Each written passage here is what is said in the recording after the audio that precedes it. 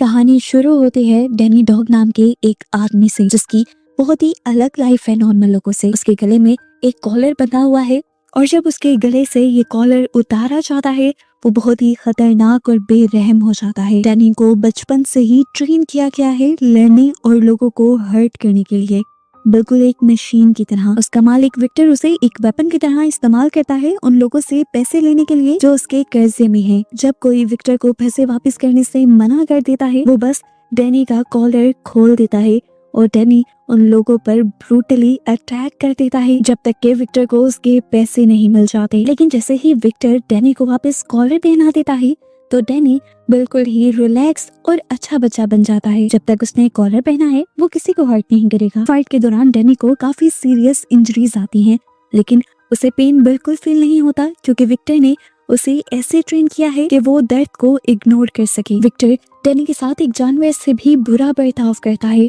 उसे कोई रिस्पेक्ट नहीं देता, सोने के लिए कोई प्रॉपर रूम नहीं देता, उल्टा डैनी को एक केज के अंदर सोना पड़ता है बिल्कुल किसी डॉग की तरह। एक दिन फाइट के बाद जब डैनी वापस आता है तो उसके सर से काफी खून बह रहा होता है। विक्टर का आदमी उसे बोलता है कि डैनी इंजर्ड है, लेकिन विक्टर कोल्डली कहता है बस इसे बैंडेज दे दो और ये खुद लगा लेगा। बेचारे डैनी का दिमाग एक बच्चे के जैसा है और हम फील कर पाते हैं कि उसे आज तक बैंडेज लगाना तक नहीं आती क्योंकि उसने आज तक बाहर की दुनिया देखी ही नहीं। उसकी पूरी जिंदगी इसी कैब में गुजरी है बिल्कुल अकेले, यहाँ तक कि उसने आज तक किसी से बात भी नहीं की। एक रात डैनी को अपने केज में एक बुक मिलती है जिसमें अल्फाबेट्स और ड्राइंग्स बनी हुई हैं। जैसे ही वो पेजेस पलटकर पिक्चर दिखता है उसे एक पियानो की ड्राइंग दिखती है। जब डैनी उस पियानो ड्राइंग को टच करता है तो उसके अंदर कुछ हिल जाता है, जैसे उसका उस पियानो से कोई पुराना कनेक्शन हो। अगली सुबह विक्टर डैनी को लेकर एक बॉक्सिंग क्लब ऑनर से पैसे लेने जाता है। ऑनर भी वहाँ पर एक बहुत बड़ा रेसलर ले आता है, ये सोचकर कि विक्टर इस रेसलर को लेकर यहाँ से भाग जाएगा। लेकिन जब डैनी आसानी से क्लब के बड़े बड़े फाइटर्स को उठा कर पटक देता है तो वो बड़ा रेसलर भी पीछे हट जाता है और अपने बॉस से बोलने लगता है कि बस पैसे दे दो। सबको डर लग रहा था कि पता नहीं डैनी उनके साथ क्या कर देगा। इसके बाद विक्टर उसे एक बहुत ही डेंजरस आदमी के पास ले जाता है जो कि डायमंड्स स्मगल करता है। इस आदमी से विक्टर बहुत ही अच्छे से रिक्वेस्ट करता है अपने पैसे वापस मांगने के लिए क्योंकि वो जानता है कि ये आदमी स्मार्ट है और पावरफुल है। पर जब वो आदमी पैसे देने से मना करता है तो विक्टर अपनी दूसरी मूव चलने का फैसला करता है और डैनी को उन पर छोड़ने का फैसला करता है। लेकिन ये आदमी पहले से जानता था कि जब तक डैनी का कॉलर ना उतारा जाए तब तक वो कुछ नहीं करता और अगर डैनी का कॉलर उतारा तो वो सब मर जाएंगे। इसीलिए वो विक्टर को डैनी को रिलीज करने से पहले ही पकड़ लेते हैं और फिर उसके आदमी विक्टर को बुरी तरह मारते हैं। लेकिन डैनी यहाँ पर कुछ भी नहीं करता क्योंकि उसने कॉलर अभी भी पहना हुआ था। उसे यही ट्रेनिंग दी गई थी कि जब कॉलर उतरेगा उसने तभी मारपीट करनी है। विक्टर की जब काफी बुरी हालत हो जाती है तो वो स्मगलर अपने आदमियों से कहता है कि पहले विक्टर को मार दो और फिर डैनी को, और खुद वो वहाँ से बिजनेस डील करने के लिए चला जाता है। विक्टर मुश्किल से इन लोगों से बचकर निकल पाता है और जाकर सबसे पहले डैनी के पास उसका कॉलर उतार देता है और उसे ऑर्डर देता है सबको खत्म करने का। जैसे ही कॉलर उतरता है डैनी एक बीस्ट में ट्रांसफॉर्म हो जाता है, एक मॉन्स्टर बन जाता है वो और बुरे तरीके से सभी गैंगस्टर्स पर टूट पड़ता है। एक एक को बुरी तरह पीट कर वो मार देता है। फिर विक्टर डैनी को लेकर जाता है जहां वो स्मगलर बिजनेस डील कर रहा था। डैनी उस आदमी को पकड़ लेता है और जोर जोर से पटक कर मारता है, यहाँ तक कि उसकी सारी अकड़ भी निकल जाती है। वो स्मगलर विक्टर से गिड़गिड़ाने लगता है कि वो जो चाहे ले जाए बस उसकी जान छोड़ दे। विक्टर जानता था कि ये आदमी डायमंड्स और गोल्ड स्मगल करता है, इसीलिए वो उसके डीलिंग वाले बैग में से सारी ये कीमती चीजें उठा लेता है। टॉम नाम का एक आदमी ये फाइट देख रहा था दूर खड़ा होकर। वो डैनी की फाइटिंग स्किल्स से बहुत ही ज्यादा इम्प्रेस हो जाता है। मेनवाइल विक्टर को गोल्ड और डायमंड मिल गए हैं पैसे की जगह, लेकिन वो अभी भी डैनी पर बहुत ही गुस्सा है क्योंकि जब गैंगस्टर्स विक्टर को मार रहे थे तब डैनी बस खड़ा होकर ये सब देख रहा था। विक्टर डैनी को दोबारा डांटता है कि वो लोग मुझे मार रहे थे और तुम जानवर की तरह खड़े हुए देख रहे थे। तुम इंसान नहीं, आज तक जानवर के जानवर ही हो और जानवर ही रहोगे। कुछ दिनों बाद विक्टर को फिर से डैनी की जरूरत पड़ती है अपने पैसे निकलवाने के लिए, लेकिन अब विक्टर डर गया है कि कहीं डैनी फिर से गलती न कर दे। इसीलिए वो पहले से ही पूरा प्लान बनाता है। डैनी को पहले से ही लोकेशन पर लेकर जाता है और समझाता है कि पहले मैं जाकर पैसे मांगूंगा, अगर उन्होंने पैसे ना दिए तो मैं रिमोट से एक लाल बटन दबाऊंगा, यहाँ ये लाल लाइट चलेगी और तुम फौरन ही अंदर आ जाना।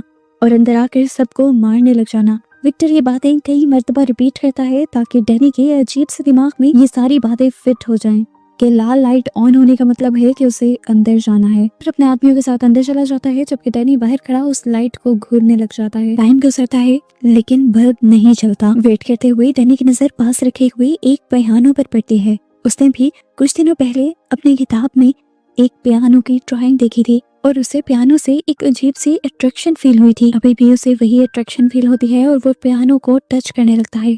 तभी पीछे से एक आदमी आता है।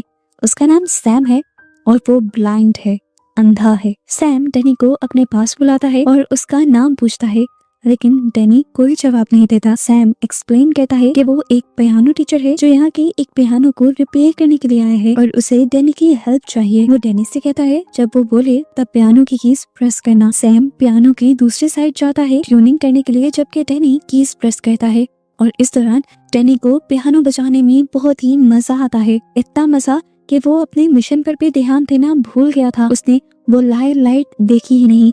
यहाँ सैम उसे कहता है मुझे कहीं से टिक टिक की आवाज आ रही है और वो डैनी से पूछता है क्या उसे भी सुनाई दे रही है। ये सुन के डैनी जल्दी से उस लाल लाइट को देखता है जो कि जल रही थी।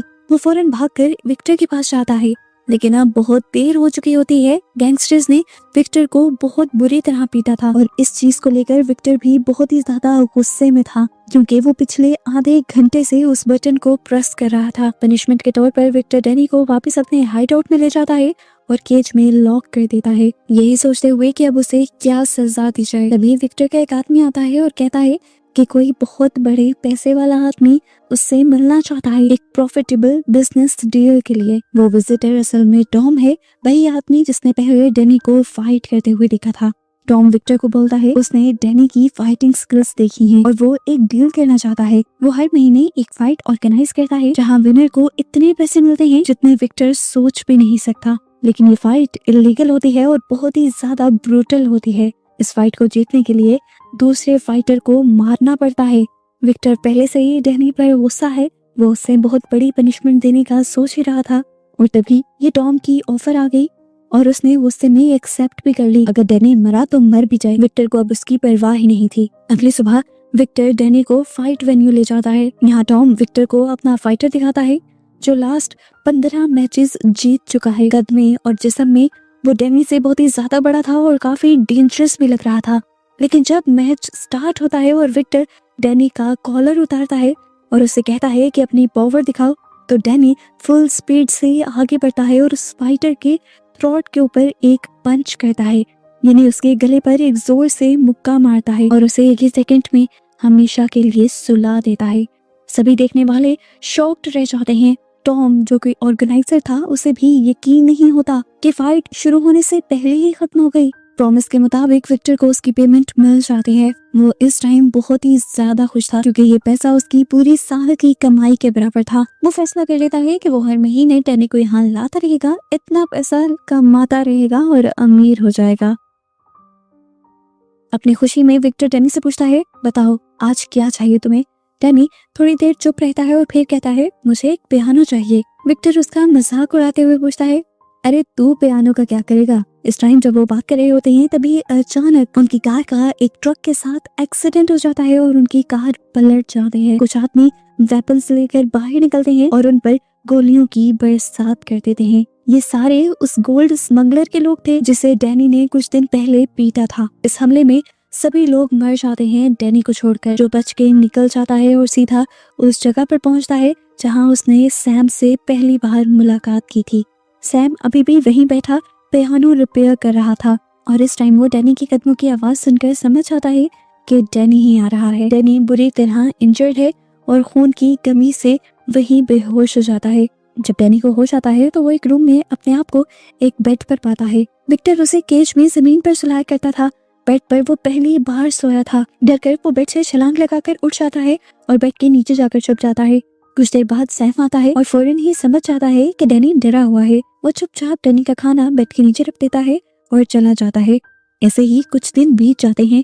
डैनी अपने रूम से बाहर नहीं आता। एक दिन जब वो फाइनली बाहर आता है तो वो सैम को पियानो बजाते हुए देख लेता है, लेकिन जैसे ही सैम की आंख उसकी स्टेप डॉटर विक्टोरिया के ऊपर पड़ती है तो वो उसे देखकर डर कर दोबारा अपने रूम के अंदर भाग जाता है। वो भी समझ जाती है कि डैनी इस टाइम किसी छोटे बच्चे की तरह बिहेव कर रहा है, वो एक स्पेशल इंसान है। इसीलिए वो सैम से पूछती है कि डैनी को आखिर क्या पसंद है। सैम उसे बताता है कि डैनी को म्यूजिक पसंद है। ये सुनकर विक्टोरिया जल्दी से एक छोटा सा पियानो उठाती है और डैनी के रूम में ले जाती है। इस टाइम भी वो बेड के नीचे ही छुपा हुआ था। वो उसे पियानो देती है और यहाँ से चली जाती है। बाद में जब सैम और विक्टोरिया डिनर कर रहे होते हैं तो डैनी पियानो लेकर बाहर आता है। सैम उसे इनवाइट करता है, कहता है चलो आओ डैनी, मिलकर खाना खाते हैं। डैनी उनके साथ तो बैठ जाता है, लेकिन उसका खाने का तरीका बहुत ही ज्यादा अजीब था। वो किसी कुत्ते की तरह खा रहा था, इंसान की तरह नहीं। विक्टोरिया समझ जाती है कि डैनी को खाना खाना नहीं आता। वो उसे स्पून और फॉर्क से खाना खाना सिखाती है और इस टाइम डैनी बिल्कुल एक बच्चे की तरह हरकतें करता है। डिनर के बाद जब डैनी सोने अपने रूम में जाता है तो सैम वहां आता है और उसके गले से कॉलर निकालने की कोशिश करता है, लेकिन जैसे ही सैम उसकी तरफ हाथ बढ़ाता है डैनी जल्दी से उसका हाथ रोक लेता है। डैनी जानता है अगर ये कॉलर उतर गया तो वो कंट्रोल खो देगा और गलती से सैम को या फिर विक्टोरिया को हर्ट कर देगा। सैम उसे फोर्स नहीं करता और कहता है कि जब डैनी रेडी हो तब उसका एक कॉलर खोल देंगे।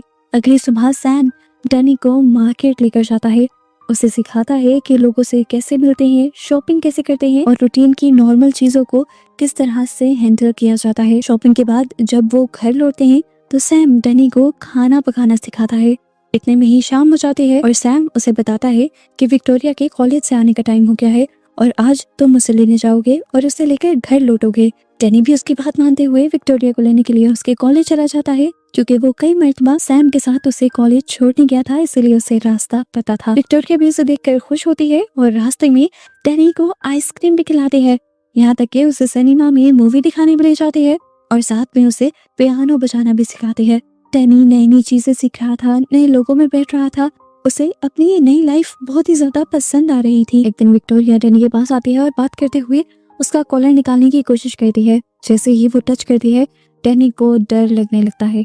उसे डर है कि कहीं वो विक्टोरिया को न मार दे। विक्टोरिया उसे कहते हैं तुमने अपनी पुरानी लाइफ छोड़ दी है, उसे भुला दिया है, तो किस चीज का डर। अब बस पुरानी लाइफ को पूरी तरह से अपनी जिंदगी से मिटाने के लिए ये कॉलर तुम्हें उतारना होगा। ये सुनकर डैनी उससे कुछ नहीं कहता और विक्टोरिया आखिर उसका कॉलर उतार देती है। कॉलर उतारने के बाद कुछ नहीं होता, डैनी खुद को कंट्रोल करना सीख गया है। अगली सुबह सैम डैनी को फिर से मार्केट शॉपिंग के लिए ले जाता है। अचानक वहाँ कुछ गैंगस्टर्स मार्केट में घुसते हैं और सब कुछ तोड़ना शुरू कर देते हैं। सब लोग यहाँ पर पैनिक हो जाते हैं, लेकिन डैनी वहीं खड़ा रहता है और पीछे मुड़कर एक भी मर्तबा फाइट को देखता तक नहीं। और जब गैंगस्टर्स उससे फाइट करने के लिए आते हैं तो डैनी सबको एक एक कर कर हरा देता है। सैम डैनी को लेकर घर आ जाता है और वो डैनी से पूछता है कि वो सब तुमने किस तरह किया था। और यहाँ डैनी पहली मर्तबा उन्हें अपनी कहानी बताता है, अपनी फैमिली के बारे में बताता है कि उसका इस दुनिया में कोई नहीं, उसे विक्टोरिया नामी एक आदमी ने पाला है। ये कहना ज्यादा बेहतर होगा कि उसने उसे कुत्ते की तरह रखा है और ट्रेन किया है। ये सुनकर विक्टोरिया और सैम दोनों ही बहुत ज्यादा दुखी हो जाते हैं, क्योंकि उन्हें समझ आ जाती है कि अब तक डैनी बहुत ज्यादा ज्यादतियों से गुजरता आया है। फिर रात को सैम डैनी को काम पर ले जाता है, जहाँ वो पियानो रिपेयर करते हैं दोनों मिलकर। काम खत्म करने के बाद सैम डैनी को पैसे भी देता है, ये कहते हुए कि तुमने भी पियानो को रिपेयर करने में हेल्प की है और ये तुम्हारे पैसे हैं, तुम जो चाहो इससे खरीद सकते हो। डैनी सीधा शॉपिंग मॉल जाता है और अपने लिए सामान खरीद लेता है। जैसे ही डैनी शॉपिंग मॉल से निकलता है घर जाने के लिए, तभी उसके सामने विक्टर का एक आदमी आ जाता है। डैनी परेशान हो जाता है उसे देखकर। वो आदमी डैनी को पहचान लेता है। वो कहता है इतने दिनों से कहाँ थे तुम, तुम्हें ढूंढ ढूंढ कर हम पागल हो रहे हैं, फाइनली तुम मिल ही गए, चलो अब मेरे साथ घर। अगर तुम शराफत से ना आए तो बॉस तुम्हें ढूंढने के लिए गैंगस्टर भेजेंगे और लाइफ तुम्हारी मुसीबत में पड़ जाएगी। पता चलता है कि असल में उस दिन उस एक्सीडेंट में विक्टर मरा ही नहीं था।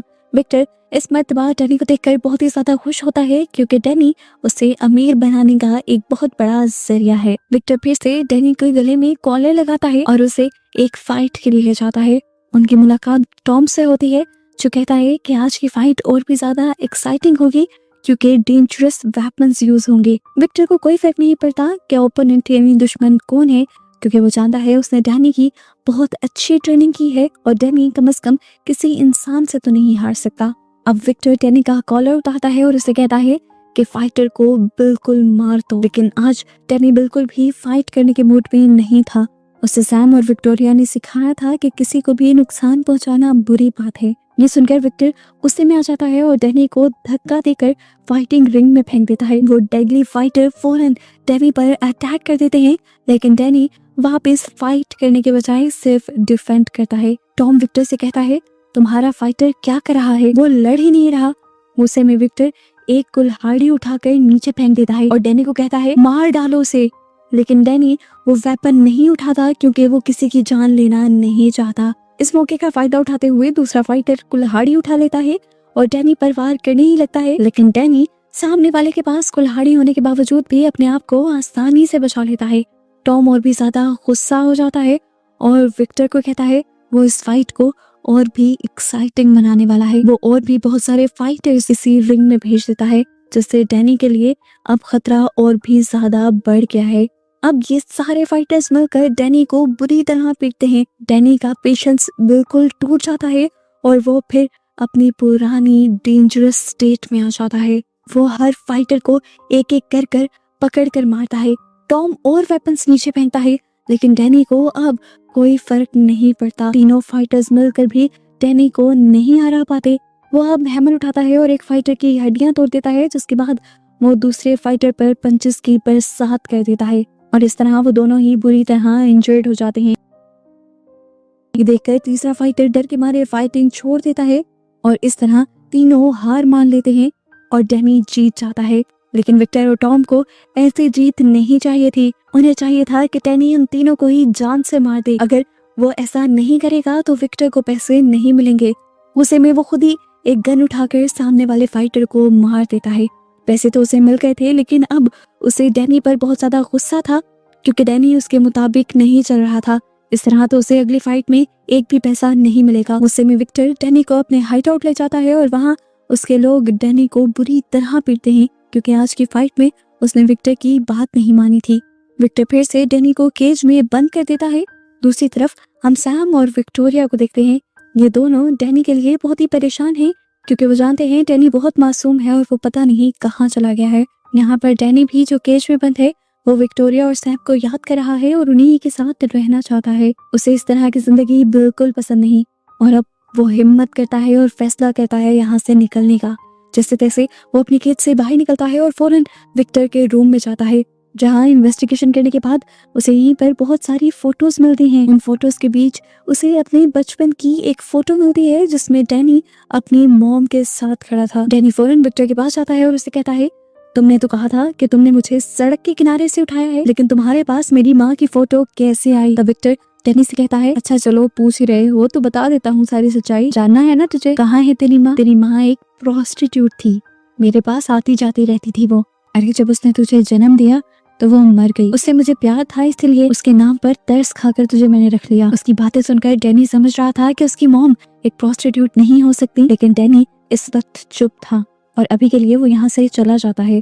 अगली सुबह दोबारा विक्टर डैनी को लेकर फाइटिंग अरीना की तरफ जाने ही वाला होता है, लेकिन रास्ते में ही डैनी चालाकी खेलता है। वो कार के स्टीयरिंग को घुमा देता है, जिसकी वजह से उनकी कार का एक्सीडेंट हो जाता है। उसके बाद डैनी अपने गले से वो कॉलर उतारता है और यहाँ से भागकर सैम और विक्टोरिया के घर पहुंच जाता है। वो विक्टोरिया से कहता है कि मुझे अपनी मॉम की पिक्चर मिल गई है। जब वो विक्टोरिया को उस तस्वीर को दिखाता है तो वो डैनी को बताते हैं कि तुम्हारी माँ बहुत अच्छी फैमिली की औरत है और इस पिक्चर को देखते हुए लग रहा है कि तुम्हारी मॉम एक पियानो टीचर थी, क्योंकि पिक्चर में वो पियानो बजा रही थी। सैम भी वही था और उनकी बातें सुन रहा था। सैम विक्टोरिया से कहता है, पिक्चर में तुम्हें जो चीजें नजर आ रही हैं वो सब मुझे बताओ।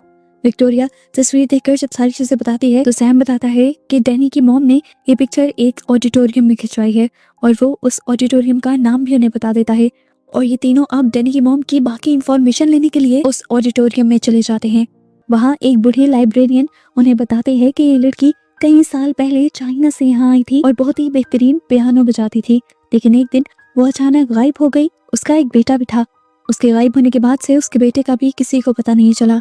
वो बूढ़ी औरत उन्हें उसकी एक तस्वीर दिखाती है जिसमें डैनी की माँ का चेहरा साफ दिख रहा था। इसके बाद ये लोग घर वापस आ जाते हैं। रात में जब विक्टोरिया डैनी के रूम में आती है तो वो डैनी को दिखती है जो अपनी माँ की तस्वीर देख के उसे याद कर रहा था। ये देखकर विक्टोरिया भी इमोशनल हो जाती है। वो डैनी से उसकी माँ की तस्वीर लेती है और उसे गौर से देखती है। इसमें उसे पता चलता है कि उसकी मॉम कौन सा म्यूजिक बजा रही थी और अब विक्टोरिया उन्हीं नोट्स को बजाने लगती है और डैनी को बताती है कि ये वाला म्यूजिक तुम्हारी मॉम बजाती थी। और पियानो बजाते हुए उसे बहुत सी बातें याद आती हैं कि बचपन में एक दिन वो जब पियानो बजा रही थी तो वहां पर बहुत सारे गैंगस्टर आ गए थे। उनसे डरकर उसकी मॉम ने उसे एक कबर्ड में छुपा दिया था। तब उसने देखा था कि उन गैंगस्टर्स में विक्टर भी था, जिसने पहले उसकी मॉम के साथ बहुत गलत किया और फिर उन्हें मार दिया। मैं कबर्ड में छुपा हुआ था, डर कर मेरी चीख निकल गई और वहां से उन्होंने मुझे भी पकड़ लिया और उसके बाद से वो मुझे साथ ले गया। ये सारी चीजें याद आने के बाद डैनी समझ गया था कि वो जिन हालात में रहा और जो उसकी मॉम के साथ हुआ उस सब का जिम्मेदार विक्टर ही है। ये सारी बातें वो सैम और विक्टोरिया को बताता है। वो दोनों भी ये सारी बातें सुनकर डर जाते हैं, घबरा जाते हैं और डैनी यहाँ से कहता है बहुत बड़ा खतरा आने वाला है। जैसे उसने मेरी मॉम को मारा था वैसे वो आप दोनों को भी मार देगा। जल्दी जल्दी पैकिंग करो, हमें यहाँ से निकलना है। वो दोनों मुझे ढूंढ रहे होंगे और अगर वो यहाँ आ गए तो मेरे साथ तुम दोनों को भी मार देंगे। अब जैसे ही यहाँ पर सैम, डैनी और विक्टोरिया घर से निकलते हैं, विक्टर के लोग भी उनके घर के बाहर आ जाते हैं। डैनी जानता था कि ये लोग जल्दी उन तक भी पहुंच जाएंगे, इसलिए वो उन दोनों को किसी दूसरे फ्लोर की कबर्ड के अंदर छुपा देता है और फिर खुद भी यहाँ से भागता हुआ दूसरे घर के अंदर आ जाता है। फिर जब डैनी फील करता है कि हालात ज्यादा ही बिगड़ रहे हैं तो वो खुद गैंगस्टर्स के सामने आ जाता है और उनसे लड़ने लग जाता है। लेकिन वो गैंगस्टर्स तो रुकने का नाम ही नहीं ले रहे थे। मानो के विक्टर ने पूरे शहर के गैंगस्टर डैनी को ढूंढने के लिए ही लगा दिए थे। अपने आप को और सैम और विक्टोरिया को बचाने के लिए वो इन सारे गैंगस्टर्स से लड़कर इन्हें मार देता है।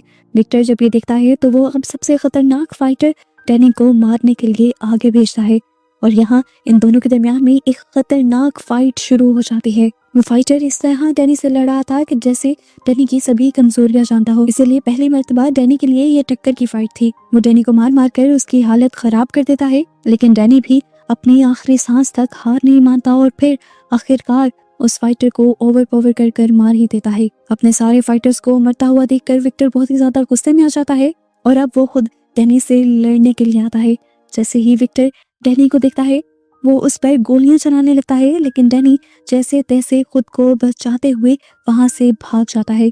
लेकिन विक्टर भी उसका पीछा नहीं छोड़ता और वो सीधा उस घर में घुसता है जहाँ डैनी, विक्टोरिया और सैम के साथ रहता था। विक्टर को वहाँ जमीन पर डैनी का कॉलर मिल जाता है, जिसे देखकर विक्टर को पता चल जाता है कि डैनी इसी घर में रहता था। इसी दौरान उसकी नजर अब डैनी पर भी पड़ जाती है और वो डैनी के ऊपर गन तान देता है और फिर डैनी से कहता है ये तुम्हारा घर नहीं है, तुम उस केज के लिए बने हो। अगर तुम बाहर किसी के साथ रहोगे तो उनके लिए खतरा ही बनोगे, जैसे तुम इन लोगों के लिए खतरा बन गए और अब तुम्हारी वजह से ये लोग भी मरने वाले हैं। लेकिन आज मैं तुम्हें एक चांस देता हूँ, अगर तुम मेरे साथ वापस घर चलोगे तो इन लोगों को मैं जिंदा छोड़ दूंगा।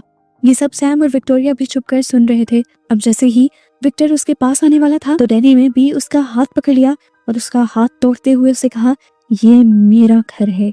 ये कहकर वो विक्टर को बुरी तरह मारने लग जाता है। डैनी का गुस्सा सातवें आसमान पर था।